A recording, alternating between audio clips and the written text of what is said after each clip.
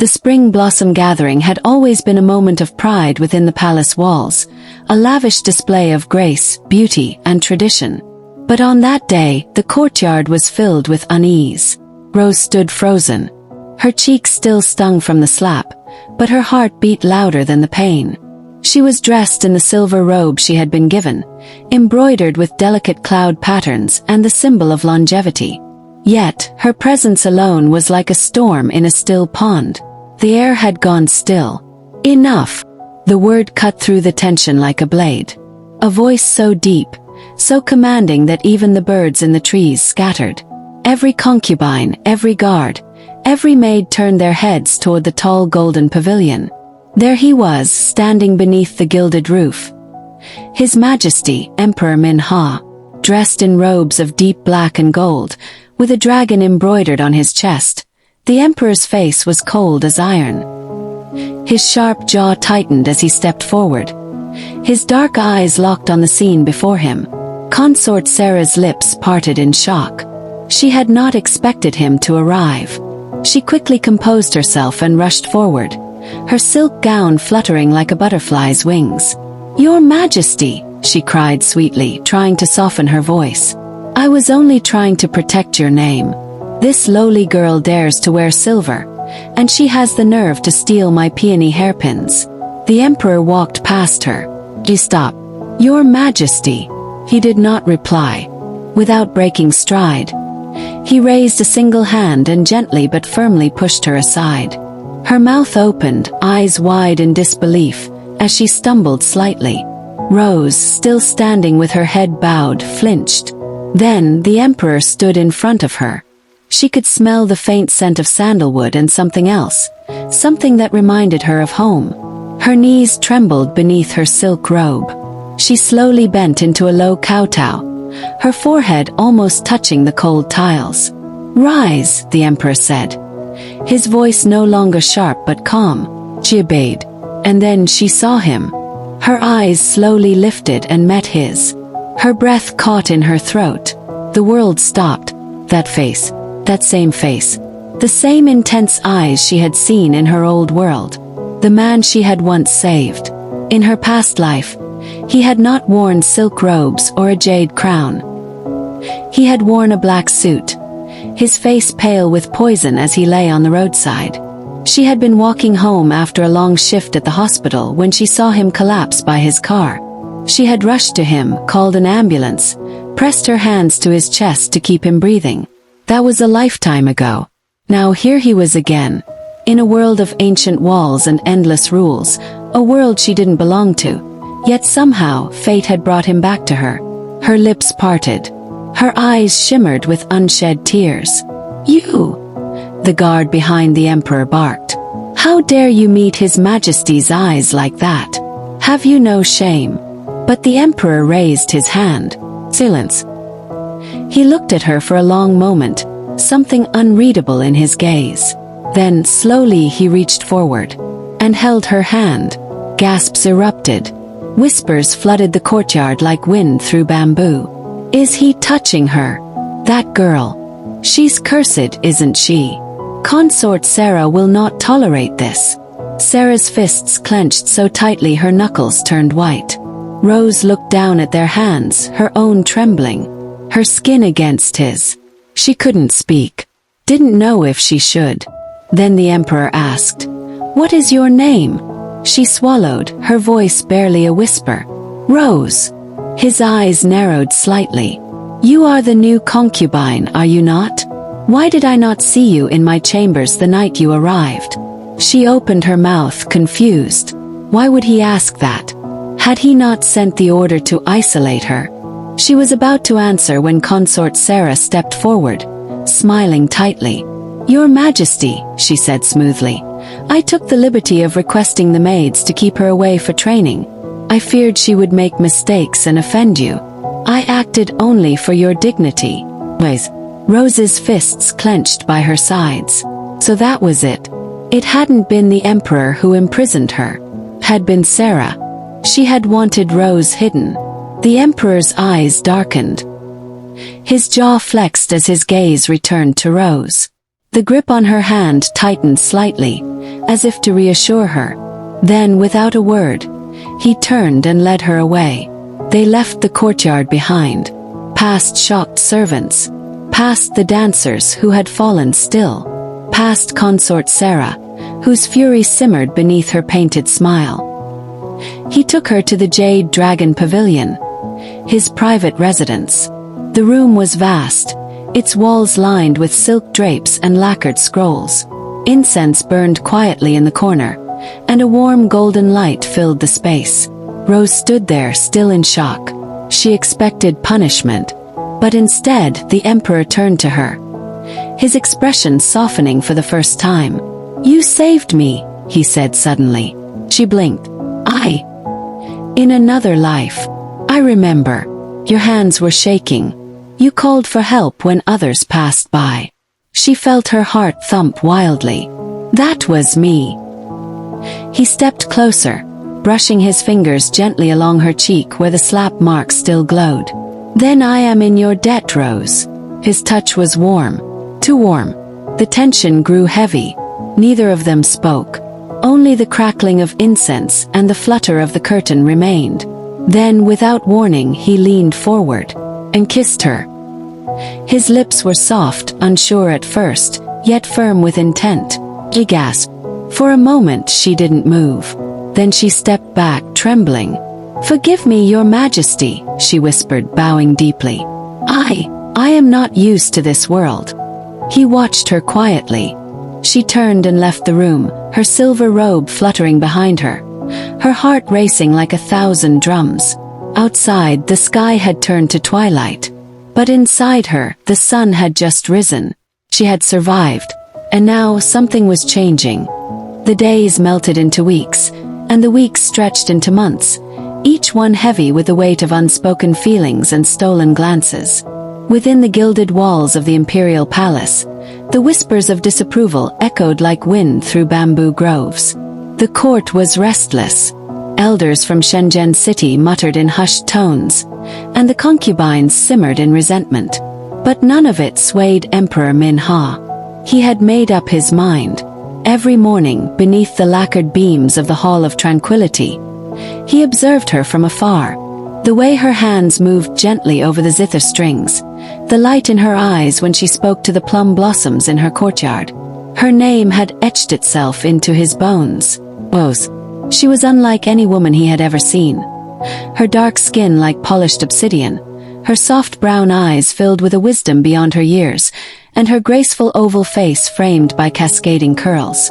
In a world of jade-white complexions and silk-draped courtesans, she was the rarest gem. But Rose did not make it easy for him. She avoided him at every turn, bowing low, keeping her eyes to the ground. Her manners were flawless, but her silence louder than any rebellion. And that only made him want her more. Soon he began to visit her chambers daily. At first, with excuses, checking on her health, discussing poetry, or delivering rare teas. But in truth, he came to drink in her presence. Her voice, her subtle smiles. She softened before his eyes, and he knew she was beginning to fall too. Still, their closeness was a thorn in many sides. None more so than consort Sarah. Sarah, tall and elegant, with sharp cheekbones and lips always painted red like blood, was furious. She had held His Majesty's attention for years, and now this foreign girl with sun-kissed skin threatened everything. She could not allow it, so she devised a plan. One quiet afternoon, she appeared at Rose's chamber door, dressed in pale peach robes with her hair pinned with delicate pearls. Her demeanor was different. Softer, quieter. "Sister Rose," she said with a lowered head, her voice laced with honey. "I have come to apologize." Rose blinked. Her instincts screamed to stay cautious, but the eyes of the palace were always watching. To refuse forgiveness would be seen as cruelty. So she nodded slowly.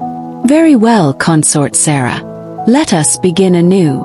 From that day forward, they were often seen together, laughing softly under the plum trees, exchanging fans, sipping sweet wine. To onlookers, it seemed the palace had found peace. But peace is often the mask of betrayal. Then came that fateful afternoon. Sarah entered Rose's quarters again, this time with a covered tray. Her silk robe shimmered under the light, and her lips curled into a smile too practiced. "You must be hungry, sister. I had this prepared especially for you." Rose hesitated, eyeing the delicate porcelain bowl and the fragrant rice. Something in her chest twisted, but once again she could not refuse. Slowly, she lifted a spoonful. The doors burst open. Rose froze, spoon hovering near her lips. The Queen Dowager stood there, tall and regal. Her robes of imperial gold whispered across the floor like silk waves. Her expression unreadable, 2 guards flanking her. Both Rose and Sarah dropped to their knees instantly. "Your Majesty," they said in unison. Sarah's voice trembled. The Dowager Empress's eyes narrowed on Sarah. A known fact in court, she had no love for the ambitious consort. Sarah stammered something about having duties and excused herself with a shaky bow, leaving Rose alone with the Empress. The room grew quiet. The Queen Dowager stepped forward, her presence commanding. She tilted Rose's chin gently upward. "So, you are the one everyone whispers about." Rose remained kneeling, heart pounding. "Yes, Your Majesty." A smile tugged at the older woman's lips. "Your skin is beautiful, like lacquered bronze under moonlight. I quite like it." Rose's eyes widened slightly, her heart softening. She bowed low. "You honor me with your words." The Empress glanced at the tray of untouched food. "That smells delightful. May I?" Rose nodded, still unsure what game was being played.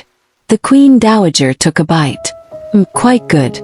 You must tell your cook." They sat together for a short while, the Queen asking about her upbringing, her interests. Rose shared what little she could remember of the life she had taken over.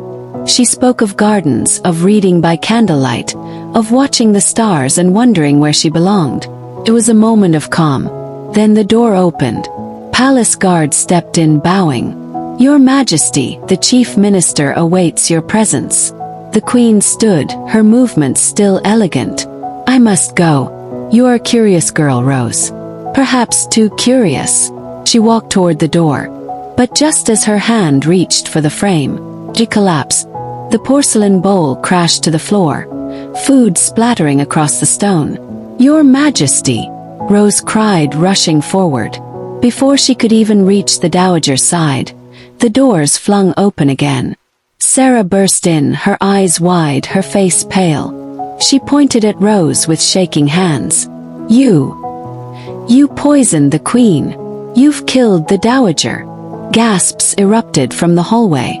Guards rushed forward, and Rose could only stare in horror, her hands stained with food, the scent of betrayal thick in the air. The trap had been perfectly set, and the palace, once her refuge, had just become her prison again. Rose stood frozen as the shrill cry of Consort Sarah echoed through the courtyard. "Seize her!" she screamed, eyes alight with false rage. "The Queen Dowager has been poisoned. She did it." The guards hesitated only for a heartbeat before storming toward Rose, grabbing her roughly by the arms. Her crimson robe fluttered as they dragged her across the polished stone tiles, ignoring her gasps and protests. Her bare feet scraped the cold floor, but Rose's mind was elsewhere, trying to piece together how everything had turned so suddenly. Just moments ago, she had been speaking with the Queen Dowager, the elderly woman smiling warmly, complimenting her skin and spirit. Now, that very same queen was struggling to breathe, surrounded by frantic maids. They reached the outer courtyard. Before she could gather her breath, the guards bound her wrists tightly with hemp rope. The coarse strands bit into her skin.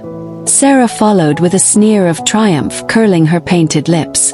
The guards laid Rose down and brought out a bamboo cane. "Beat her. Then burn the traitor," Sarah commanded.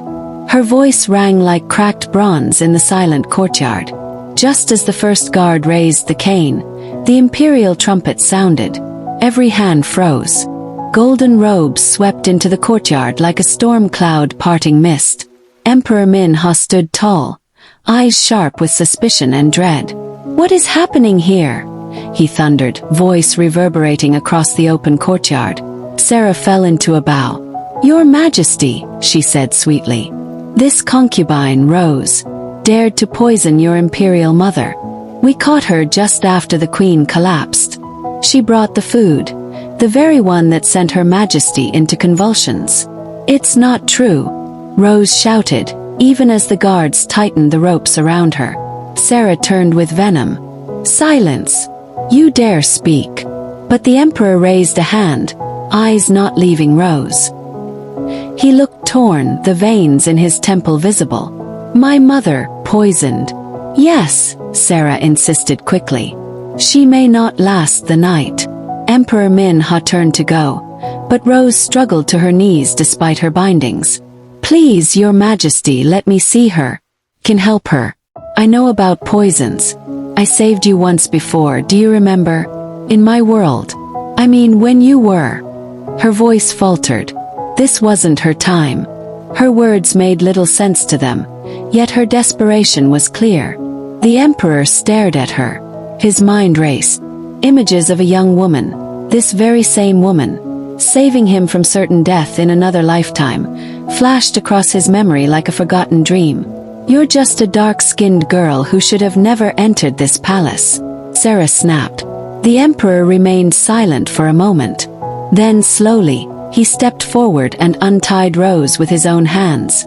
Gasps rippled across the courtyard. "Come with me," he said. His voice was low, trembling slightly. Sarah stepped back, face contorted with fury. Together, Rose and the Emperor entered the Queen Dowager's chamber. The air inside was heavy with incense and panic. Imperial physicians knelt beside the Queen's bed, their faces pale. "She is unresponsive," one whispered. Rose walked forward, ignoring their glances. The Queen's lips were slightly blue, her breath shallow. She touched the Queen's wrist, then looked toward the food tray. "Lingji and Wuto," she murmured. One of the older physicians gasped. "Wuto, aconite." "Yes," Rose said calmly. "But this is the processed form, still deadly if overdosed or combined with the wrong herbs." She closed her eyes and took a deep breath. "I need needles, a bowl of cold rice porridge and strong ginger broth. Hurry!" The Emperor barked an order and the servants scattered. Rose prepared an acupuncture treatment, locating the vital meridian points. She inserted fine needles carefully, one by one, on the Queen's wrists, feet, and the center of her forehead. Then she poured a small amount of ginger broth between the Queen's lips. Moments ticked by. The room was silent. Then, with a small gasp, the Queen Dowager coughed. Her eyes fluttered open. Everyone in the room gasped. The Emperor ran to her side, holding her hand. "Mother," he breathed. The Queen smiled faintly. Her gaze shifted to Rose. "You saved me." "Yes, Your Majesty," Rose said softly, bowing. The Emperor turned, face still tight with emotion. "Tell me how this happened." Rose stood, remembering everything. She gasped. "The food. It wasn't mine. It was Consort Sarah's. She brought it and insisted I eat it. But I hesitated. When the Queen arrived, she tasted it instead." The Emperor's face darkened. "So Sarah intended to poison you." He turned on his heel. "Guards! Find Consort Sarah. Bring her here." In Consort Sarah's quarters, chaos reigned. Silk robes were scattered across the bed. Jewelry boxes thrown open. She was already packing. The guards burst in. "By order of His Majesty." "No," she screamed. "Let me go." They seized her and dragged her into the open courtyard. Word had spread, and the palace gathered. "You tried to kill Rose," the Emperor declared before the court. "And in your wickedness, you poisoned my imperial mother." Sarah's eyes darted wild. "She is a witch, a sorceress from another world. She bewitched you." "Enough!" the Emperor shouted. "By law of the realm, your crimes are punishable by death." The guards pushed her to her knees. A sword gleamed in the sunlight. Sarah screamed. The execution was swift. 3 months passed. In that time the palace was quiet. The Queen Dowager fully recovered and often invited Rose for tea, speaking of the stars, destiny, and duty. The Emperor visited Rose daily. No longer just curious. He had grown enchanted with her spirit, her courage, her mystery. Despite the pressure from his council and the older concubines of Shenzhen City, he did not hide his affections. One spring morning, the bells of the Imperial Tower rang loud and clear. In the Hall of Heavenly Radiance, Rose stood adorned in the red and gold wedding robe of an empress. Her hair was styled in a phoenix crown, and golden tassels swayed as she walked. Her dark skin glowed beneath the morning light, radiating warmth and power. Emperor Minha stood at the altar, eyes fixed on her as though she were the rising sun. "Today," he proclaimed, "I make Rose my empress, not by birthright, not by pressure, but by my heart." The court bowed low. The ceremony began. Later that night, beneath a canopy of silk and moonlight, he whispered to her as he pulled her close, "You saved my life twice. Once in a world not our own, and again in this one. You are mine, Rose. And I am yours." She smiled, heart pounding, and pressed her forehead to his. For the first time since waking in this strange world, she felt at peace. And so, against all odds, love bloomed in the imperial palace.